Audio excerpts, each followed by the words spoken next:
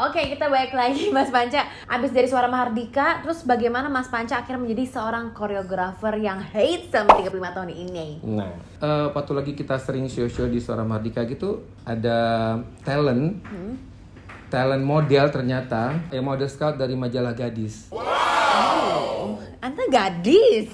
Waktu itu masih gadis ya? Iya, itu waktu itu masih gadis, sekarang udah nggak gadis ya? Gak gadis ya? Udah ibu-ibu, udah mama. Udah mama sekarang kan, kata orang-orang katanya gue kayak emak kan. Iya, bukan lagi. Hancur. Kayak mama, ya udah nggak apa-apa lah ya itu ya. Terus habis itu udah dia bilang, kamu mau jadi model nggak katanya gitu. Terus gue nggak bilang enggak, gue bilang mau gitu. Jadi gue mauan aja di orangnya. Oh ya udah, oke. Besok datang ya ke majalah Gadis. Waktu dia ngomong majalah Gadis, gue kayak mau terbang lagi style gitu. Karena waktu mulai start masuk situ gue juga ingat kan majalah Gadis gitu-gitu kan. Itu mah hits banget, kayak whoever get into Gadis pasti menjadi seseorang. Jadi waktu wajah femina, iya betul, keluar pasti jadi seseorang. Jadi waktu lagi ditawarin gitu gue nggak pakai bakbi bu bebo lagi, gue bilang yes. Dia bilang gini, saya mau kamu test shot dulu ya besok ya gini. Oh iya oke mbak, saya datang. Pas saya gue tanya, test shot apa dalam hati gue nggak ngerti kan test shot apa kan. Akhirnya udah deh, gue datang aja ke sana besoknya. Dia bilang, oke, kamu saya test shot dulu ya katanya gitu buat edisi Valentine, dia bilang. Oh edisi Valentine, tapi kan gue laki-laki, kenapa gue mesti ada di edisi Valentine dalam hati gue gitu kan. Oh enggak nih, nanti kamu test shotnya nih, anggap aja sekarang ada perempuan di sini, kamu di sampingnya. Oh berdua sama si cewek ini gitu. Udah test shotnya nggak pakai orang kanan kiri, gue terus sendiri aja. Tapi harus imajinasi. Imajinasi. Langsung gue keluarin deh gaya gue di Suara Mahardika imajinasi itu, karena kita di Suara Mahardika diajarin untuk imajinasi. Ya gue akhirnya foto gitu ngeliatin si cewek itu. Tat, udah selesai. Oke, thank you kata dia gitu, nggak pakai lama-lama lagi. Selang kayak berapa hari Sisi telepon sama majalah Gadis. Oke Panca, kamu diterima untuk foto cover majalah Gadis edisi Valentine. Gue bilang gini, gue sampai merinding. Cover majalah Gadis untuk edisi Valentine. Mbak beneran cover. Udah kamu jadwalnya ini gini. Tapi saya masih sekolah. Kamu mau pilih, mau foto untuk cover atau sekolah? Mampus lu, Zai. Itu mampus guanya. Terus gue balik lagi, gue pikir ini big opportunity sama gue. Toh juga gue jarang bolos, tapi akhirnya gue juga sering bolos sih. Setelah itu karena semakin banyak job ya. Gue jarang bolos, akhirnya gue bilang sama nyokap, gue bilang, Mam, ini gini. Oke boleh, kamu izin aja yang sekarang ini. Udah izin kesana, test shot, foto, cekrek. Pas bulan Februari mau masuk tuh, langsung deh keluar covernya. Nah dari situ ternyata membuka opportunity aku di dunia showbiz di fashion, modeling juga, foto-foto dan catwalk. Nah akhirnya dari situ udah mulai jobnya tuh ada aja nari, kadang-kadang nari sama fashion kadang-kadang digabung sama nari, terus tiba-tiba jadi model, tiba-tiba jadi penari, kadang-kadang penari juga model gitu.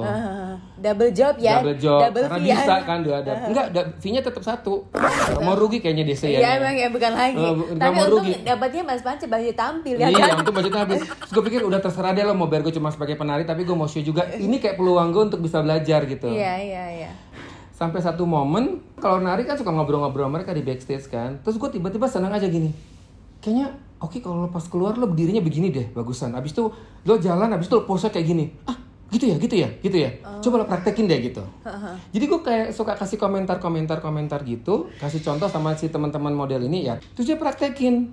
Terus lama-lama mereka bilang gini, Cak, lo kan udah sering nih bikin koreografi buat nari. Kayaknya lo bisa deh jadi bikin fashion show gitu. Masa sih gue bisa? Kayaknya lo bisa deh katanya. Buktinya lo sering ngajarin gue nih katanya. Maksudnya kita nih sebagai model gitu. Terus lo juga kadang-kadang suka bantuin ngatur-ngatur juga teman-teman koreografer yang waktu itu yang lebih senior dari gue. Ini gini aja ya. Openingnya begini nih, ini begini gitu. Kayak cuma ngasih ide aja. Akhirnya cobalah ditawarin ada 1 atau 2 show. Terus bikin show itu, tapi hancur say. Kok gitu say?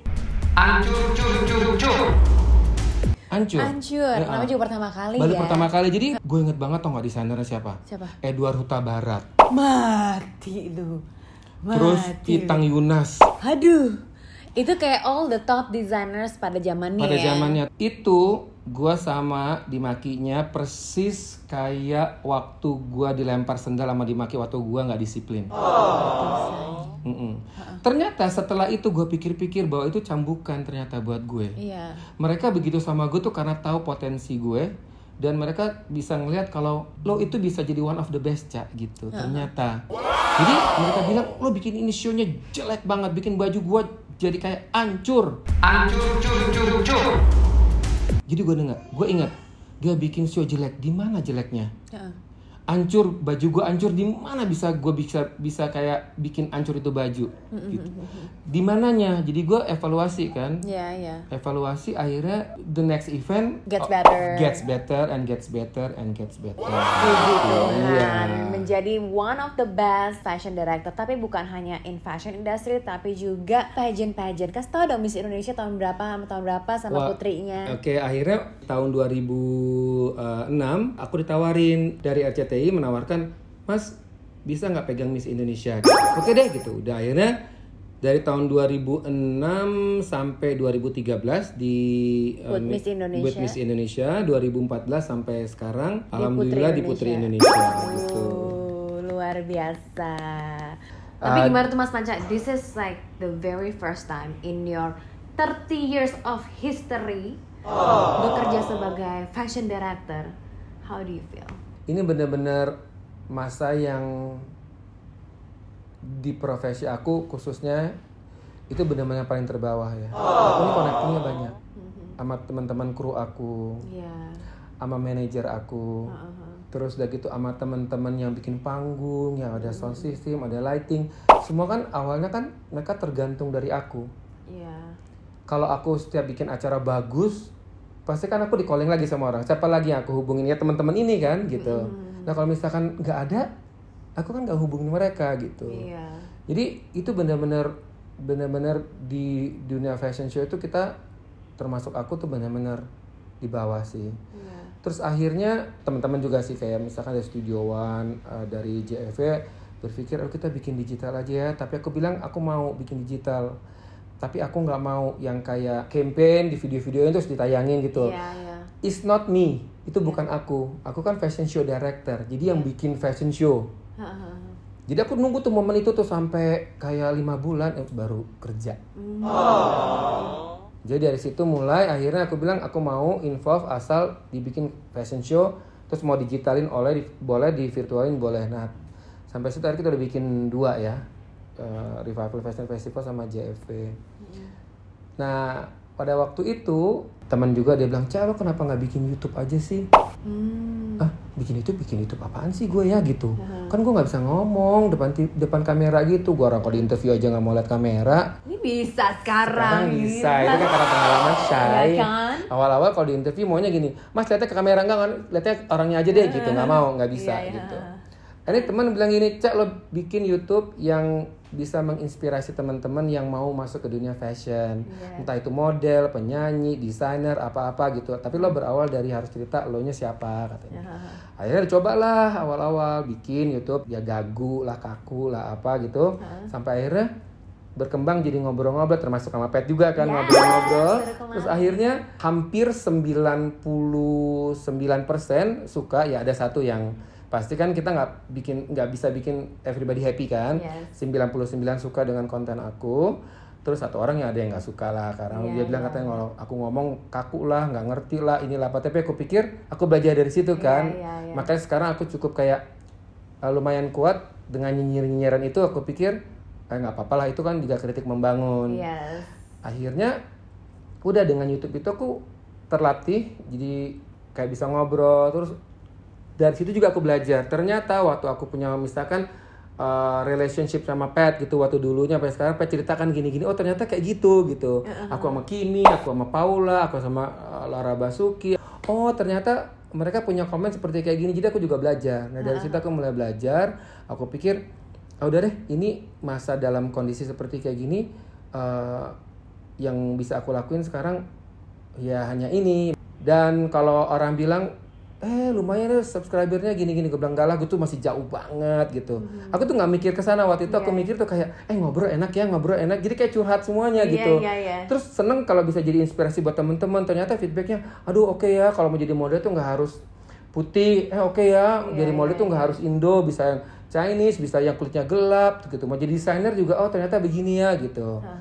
Jadi obrolan itu ternyata wadah untuk memberkati orang, dan mungkin itu kayak ada poin plusnya sampai aku diterima menjadi juri di Indonesia's Next Top Model. Kan orang nggak banyak tahu kan, walaupun aku ngoceh-ngoceh di Instagram juga siapa lu gitu. Mungkin karena dari Instagram, dari YouTube itu akhirnya mereka mulai tahu nih. Ya kalau orang fashion pasti tahu, tapi orangnya kan nggak tahu gitu. Iya, jadi memang kalau di Indonesia Next Top Model, walaupun you are such a good model, tapi kamu nggak bisa public speaking, itu juga akan sangat susah untuk kamu menjadi part of the showbiz industry. Betul. Jadi walaupun sekeren-kerennya Allah, tapi Allah nggak bisa public speaking, ya mohon maaf deh, ya nggak bisa nih. Benar. Ya kan? Ya kan kalau dihitung-hitung kan Luna Maya berapa coba yang followernya sampai 28 juta. Deddy Corbuzier 9 juta. Ye 1 juta. Itu kan Itu nggak 1 juta, saya 400 aja. Ya pokoknya hitung-hitungannya ke sana lah saya. Gue berapa lah? Gue cuma kayak 44 apa 45 gitu. Gue bisa mengerti banget kenapa mereka kayak lu siapa gitu.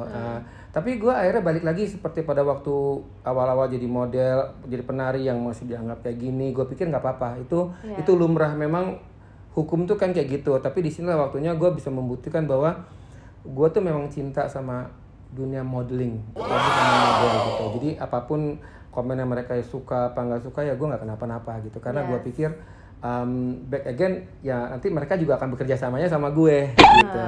You have no idea, all the models have to work through Pancamakmun. Kalau Mas Pancamakmun bilang tidak, semua sudah tidak ambil tuh model. Oke, sekarang kita bakal ngomongin Indonesia Next Top Model. Mas Panca, gimana sih rasanya ketika Mas Panca ditawarin jadi seorang juri dan sekarang udah on air dan banyak banget yang nyinyirin Mas Panca? To be honest, nih kamu to be honest juga katanya salah satu ininya ya.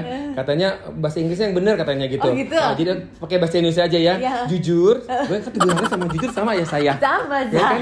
Terus sampai udah on air nih. Udah on air. Lu baca lah nih komen-komen ya komen. Kan? Pertamanya sempat kayak shock juga gitu kan. Pertama shock juga karena menurut aku caranya aku tuh sama seperti biasa kalau lagi aku ya kayak di Putri dan di Putri di Miss gitu kan? Atau lagi di modeling. Kalau misalkan ini model kayaknya kurang atau udah berapa kali dikasih tahu. Tapi ya mungkin kalau di TV nggak begitu kelihatan ya.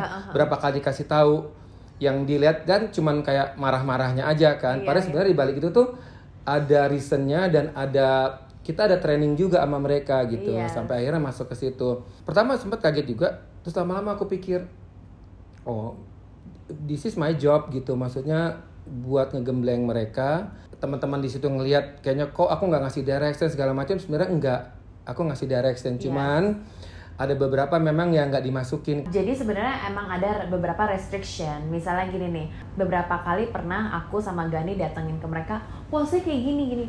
Langsung dikasih tahu, jangan, nggak boleh. Itu kan berarti lu kasih nyontohin ke mereka dan mereka bisa nyontohin gerakan lu. Iya. Gitu, ya kan Mas Panca kan. Bener. Jadi semakin kesini kita cuma bisa komen, tapi kita nggak boleh nunjukin posenya segala macam. Iya benar. Karena kalau enggak, ya kenakan mereka. Iya, gitu jadi loh. nanti mereka mengcopy yang kita kasih tahu atau mengcopy Pet kasih tahu atau Gani kasih tahu atau Luna kasih tahu kan. Iya. Tapi aku juga berterima kasih sama teman-teman yang nyinjirin sama aku, itu juga kayak pelajaran gitu. Yes. Aku juga suka baca. Aku bilang ini nggak baik buat aku. Tapi kalau misal ada yang baiknya buat aku, oh iya ya, ini benar juga ya. Mungkin kayaknya kemarin gue nggak gini gitu. Jadi aku ambil juga sisi baiknya juga. Kalau misalkan walaupun dinyinyirin, ya aku lihat ininya aja, positifnya misalkan apa yang aku bisa lakuin di situ. Cuma aku tetap kembali lagi sebagai dibilang mentor atau fashion show director yang sering ngatur-ngatur model, ya aku akan melakukan sesuai dengan yang aku harus lakuin di momen-momen tertentu. Kan nggak semuanya juga aku marah-marah kan. Tapi memang ada beberapa bukan marah-marah apa ya namanya, ngasih direction suaranya kenceng.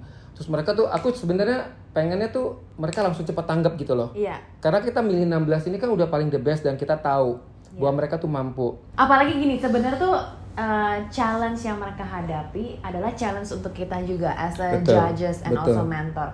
Kenapa? Karena foto cuma 3 menit, cuma 6 menit. Ya nggak sih Mas Panca? Sedangkan kayak we have to make sure they got the best direction so they can get the best pictures. Betul. Dan harus mesti dilihat juga siapa yang kita teriakin itu artinya kita mau dia sampai ke the next level, the next lagi sampai batasnya kalau dia benar-benar udah nggak mampu ya kita harus eliminasi. Jadi itu sebenarnya intinya. Yes, tapi kalau misalnya emang dia sudah oke, kita juga nggak ngomel-ngomel. Enggak kan ya? Enggak, malah kayak jujur kayak oke, good, yes, more, yes gitu ya kan? Iya, betul. Kalau yang sekarang ini kan mereka bilang kan ini Panca Yusai wannabe. Gue nggak bisa salahkan mereka juga karena kan Yusai yang pertama kali ada di Amerika dan di Asia's Next Top Model. Sementara Eike kan dari tahun 90-an emang udah teriak-teriak say. Teriak-teriaknya tapi masuknya tahun 2021 di TV say. Jadinya kan wannabe tapi itu nggak apa-apa juga. Jadi kan orang beda-beda. Padahal kalau di Vietnam di mana tuh sebenarnya juga mereka teriak-teriaknya sama. Cuman kan yang terkenal kan Yusai. But it's okay. Gue sih nggak kenapa-napa. Gue senang juga dibilang kayak Yusai karena berarti kan tegas kan gitu. You gotta extend yourself more than you think. Fight for the spot. Jadinya gue pikir sekarang ya it's okay nggak apa-apa kalau sekarang sebagian mereka kan ada yang tahu jadi itu lumrah aja. Kalau kayak lu kan Pet orang udah tahu influencer, model, host apa segala macam jadi orang tidak akan meragukan gitu. Tapi aku juga ngerti sih Mas Panca karena aku tuh sebagai seorang pet girl yang orang-orang tuh tahu kayak gue tuh cowokan segala macam kan. Kok pas di sana kok pet jadi galak ya say gitu. Ada nggak nyinyirin juga? Hah? Ada yang nyinyirin? Ada juga ternyata. Oh ada juga ya gue pikir enggak. Tapi gini aku mengerti kenapa seorang Mas Panca itu menjadi mentor harus teriakin. Aku mengerti kenapa Yusa itu harus teriakin kita. Karena waktu yang diberikan itu juga sedikit. Even me and Gani kayak misalnya kayak waduh nih Gani sih cuma tinggal 2 menit 3 menit kita ya mau nggak mau kayak ayo gitu loh. Jadi ya benar. Ya nggak sih Mas Panca? Iya. Kalau enggak juga kita bisa kayak bagusan gini deh kayak bagus. Tapi kalau misalnya kita ngomong bagusan kayak gini itu udah berapa detik gue ngomongnya. Iya benar. Ya nggak? Gak bisa kayak kamu harus pindah ke sini deh gini. Say 3 menit terus keburu selesai.